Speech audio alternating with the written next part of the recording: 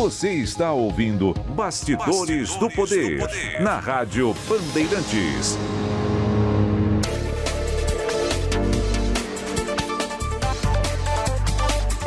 Pessoal, nós estamos de volta com Bastidores do Poder e agora vamos tentar entender um pouquinho essa queda de 0,1 do PIB no segundo semestre.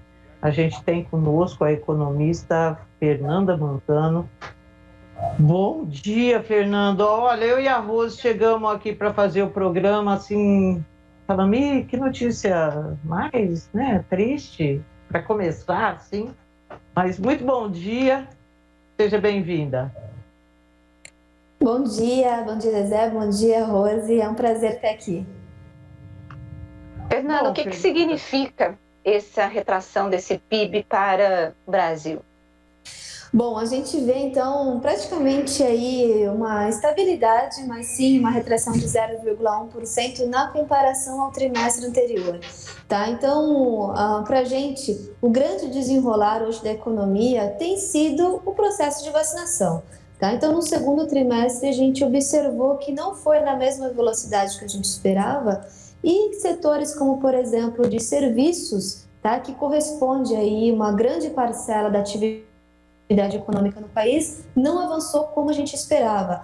Então, o que a gente espera? Então, isso acaba, assim, significa aí que no ano a gente vai ter um PIB um pouco menor, tá? Então, o mercado de trabalho não se recuperou também na mesma velocidade, né? Então, não é um resultado positivo. E agora, nesse segundo semestre, a gente aí espera, então, que venha tudo de uma vez, principalmente o setor de serviços, porque a gente vê que a vacinação avançou um pouco mais. Mas, de forma geral, sim, é uma notícia negativa para a atividade econômica e, sem dúvida, a gente acaba ficando atrás aí de outros países em que a gente observou a vacinação avançando aí de forma mais rápida. Então, Fernanda, a gente tem uma necessidade imensa de crescer. Por isso que o fato de estar estagnado para a gente é uma situação assim muito ruim, porque não crescer para a gente é uma péssima notícia, é uma péssima. Assim, e além dessa questão dos serviços, o que mais que levou que segurou o nosso PIB, que segurou o nosso crescimento, que no fundo tem a ver com o quê? Emprego, geração de emprego. Perfeito. Bom, a gente observa, só voltando um pouquinho no primeiro trimestre, que a gente viu um crescimento, tá?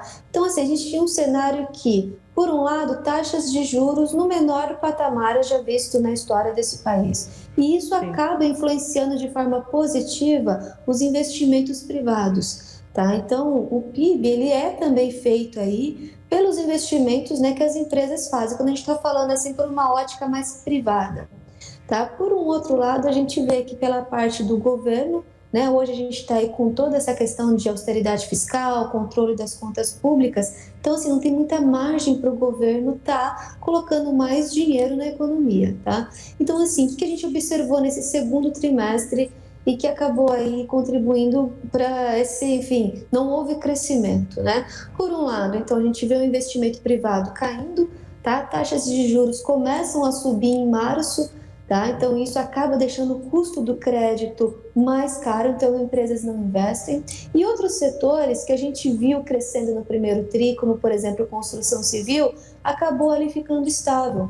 Então, assim, o que a gente esperava que crescesse agora? O setor de serviços. Mas ele não conseguiu crescer justamente porque ainda a gente via questões ali da pandemia ainda estava forte, ainda não estava podendo abrir, principalmente restaurantes, que acabam contribuindo de forma muito positiva. Então, assim, fatores aí relacionados à questão macroeconômica, tá? Então, de taxa de juros, e também aí em relação a setores mais correlacionados à mobilidade, que não voltaram na mesma intensidade.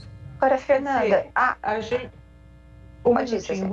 a gente viu essa taxa de juros, assim, todo mundo coloca como um indutor muito forte para aqueles pontinhos que a gente avançou aí no início do ano. Aliás, no ano passado, essa taxa de juros baixíssima. mas a taxa de juros ela subiu e a expectativa é de que ela suba mais, porque a ata do Copom está dizendo, ó, nosso negócio aqui é controlar a inflação. E a gente está entendendo que isso passa, sim, pelo aumento da taxa de juros. Então, por exemplo, a construção civil, que é um bom gerador de empregos e também que contribui bastante para o crescimento, a gente imagina que deve dar uma freada ainda maior, porque em grande parte o que fez a construção civil, alavancou a construção civil, foram as taxas baixas. Que papel vai ter esse aumento de juros na construção civil da agora para frente e, em decorrência disso, que papel isso vai ter na economia brasileira? Perfeito. Bom, a gente observou sim a construção civil subindo, a taxa de juros tem uma relação positiva? Tem. Mas a construção civil ela é um caso um pouquinho mais específico, porque quando a gente fala de ciclo, tá, de produção, né, desse setor especificamente, ele é um ciclo um pouquinho mais longo. Né? Então, assim, o que a gente observa? Se a gente vê agora uma alta maior da taxa de juros no curto prazo, mas a gente consegue manter ela no longo prazo mais estável, a gente não precisa ficar fazendo esses choques, tá, de política monetária frente à inflação, o setor de construção civil ele ainda consegue se sair bem. Tá? E um outro fator que acabou aí contribuindo de forma positiva para a construção civil é que a gente ainda observa o crédito, tá? Sendo ainda expansivo, ele ainda está positivo o crédito e a gente fala que aquele crédito direcionado, ou seja, o crédito para o setor de construção. Então, a demanda ainda está positiva. Não é à toa que a gente observa aí que a alta de preços de custos para o setor não acabou contribuindo tanto negativamente para o setor, porque ainda há demanda.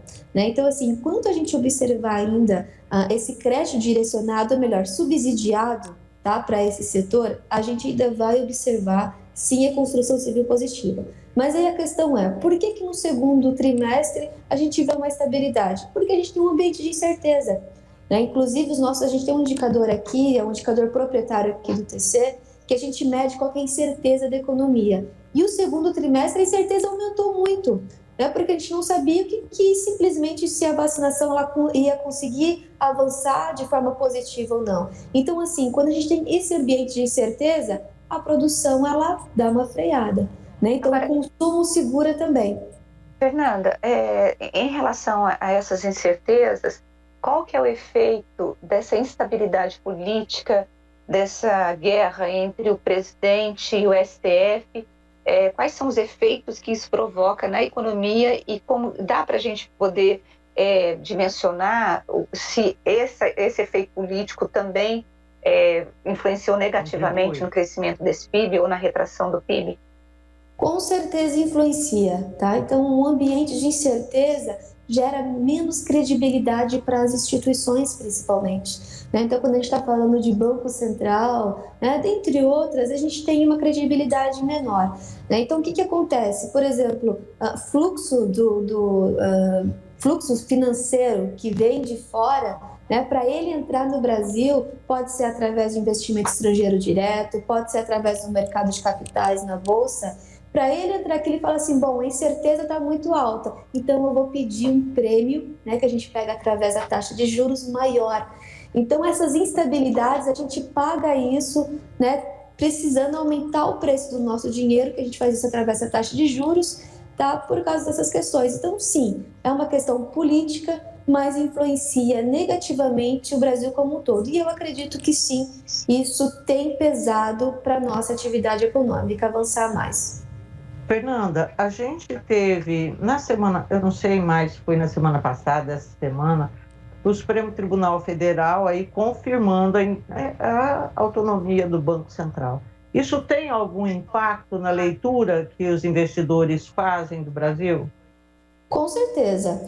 Quando a gente tem um Banco Central que tem essa autonomia, ele pode fazer a política monetária sem a influência do governo, por exemplo, que a gente tem que pensar assim, o governo ele quer taxas de juros menores para ele se financiar de forma mais barata.